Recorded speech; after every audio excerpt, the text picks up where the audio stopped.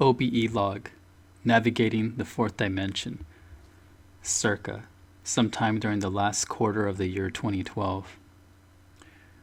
So, by the time of this out-of-body experience, I was already quite acclimated to the process of passing through walls and moving around in my astral body. However, I only had practiced moving in my astral body short distances. That is, I always stayed within the general vicinity of my apartment building. This time I decided to venture out farther away from my living area and pay a visit to my girlfriend at that time in my astral body. So it was early in the morning, about 5 a.m., when I was awakened by my girlfriend who was preparing to go to work. After she left, I set my alarm clock for 7 a.m. so that I could attempt to leave my body a second time, just in case my first attempt failed. I dozed off and fell asleep, as I had expected, but thankfully my alarm sounded at 7 a.m., at which point I awakened, got up and walked around the room for about 10 minutes. Then I lied back down and relaxed my body while maintaining my mental awareness behind closed eyes. I felt slight vibrations and heard a short-lived ringing sound in my head, and then I was out. I quickly passed through the wall and was outside of my apartment building. As I was hovering about 12 feet above the ground, I set my intention on my girlfriend and spoke out loud, "Take me to Jane Doe." As soon as I made the command, my body lifted even farther off the ground and shifted into a lying position with my stomach facing downward and my arms outstretched past my head, just how Superman orients his body when flying. Eyes closed and dreams go free. My body then began to stretch out into what felt like a beam of light, and voila, my body was flying without my controlling it. It's as though it had its own self-guiding system. But what I saw during the flight process was a bit confusing. I was seeing a kaleidoscope of trees and buildings all jumbled into multiple 3D layers within 3D layers. I could see the inside and outside of many structures simultaneously. Whenever I focused too much of my attention on a particular site, I stopped moving. So I would just verbally make the command once again to take me to Jane Doe, and then I would start moving again. I remember looking at a building and could see through its walls, and even saw a family having breakfast.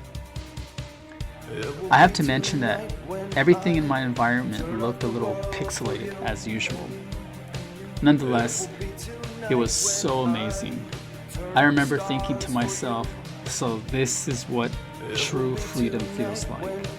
No stop signs, no borders, no limitations, no people to dictate how you should live your life, no society, no culture, no human identity, just absolute freedom. I had freed myself from the bondage of flesh. I felt unstoppable, omnipresent, and omnipotent. Finally, I just let go and let my inner light guide me to my destination. After a few short moments, I stopped moving and saw that I was now inside the airport where my girlfriend was working. I saw her in her flight attendant uniform speaking to a passenger in front of a counter. I waved my hand at her and said hello, but neither her nor the passenger responded to me. I called out her name and still didn't even get a response from her. I felt as though I was a ghost and no one could see me. Now I understand why it is that some ghosts try to move objects in people's homes so much. They're just trying to get your attention because you are unable to hear them speak. Finally, I yelled out her name with conviction. She still was oblivious to my presence. But then I heard a disembodied voice coming from above her that said, "Yes?" To which I replied, "I wish to speak to Jane Doe." It then said to me, "She's busy now." I felt disappointed, so I woke myself up from the experience. When I looked at the time, it was about 9 o'clock. Later, at about 5:30 p.m. that day, my girlfriend arrived home. I told her what happened, and she was surprised because she said she was having an unusually busy day that day. Typically in the early morning, it wouldn't be that busy, considering that the airport was small. I asked if she heard me call out her name, but she said that she didn't. Now, the disembodied voice I had heard sounded female, and I initially thought that it was coming from my girlfriend's higher self because I had another OBE a month or two later and tried to visit her again using the same method, but failed to reach her that time. You see, at that time we had an argument and weren't talking to each other for almost 2 weeks. I assumed that her higher self stepped in and thwarted my attempt to contact her via the astral or fourth dimension. It wasn't until a vivid dream I had a few years later, after we broke up, that I came to the realization that she isn't real. I mean, that she's just an NPC, non-player consciousness, not an illuminated, interdimensional, and transdimensional being such as myself. In the dream, I looked up at the sky and saw a long film reel moving through the air. I saw what appeared to be the whole of human history on Earth in each frame. On one of the frames, I saw my ex-girlfriend, and then that frame passed by and was gone forever. I knew at that moment that I'd never see her again. That is, after this incarnation, she would be no more than just an experience in memory.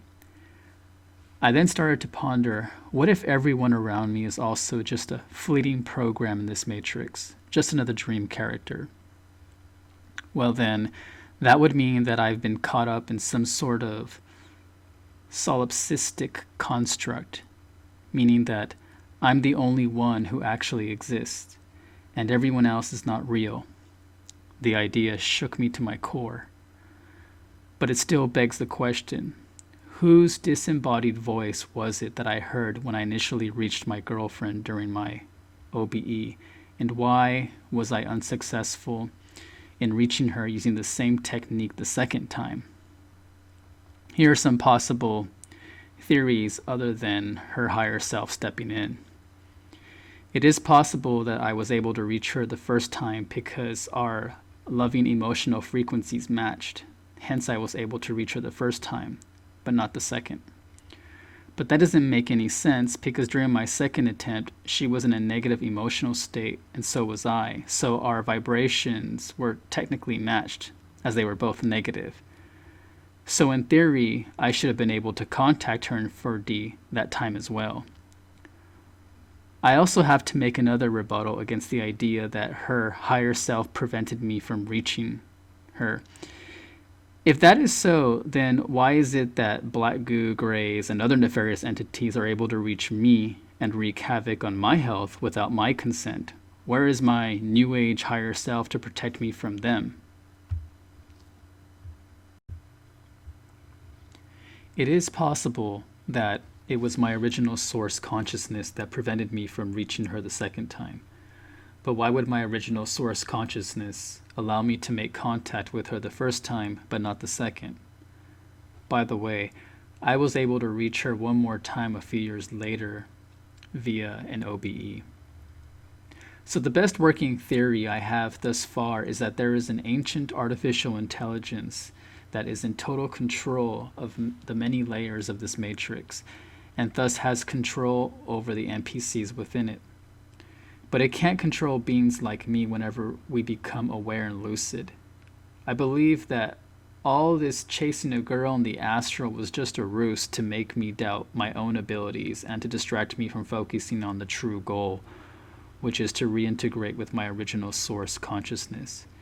You see, the first time I traveled by light to reach my girlfriend during my OBE, the AI was caught off guard. In fact, the disembodied voice I heard didn't sound like my girlfriend's voice, but it did sound female in nature.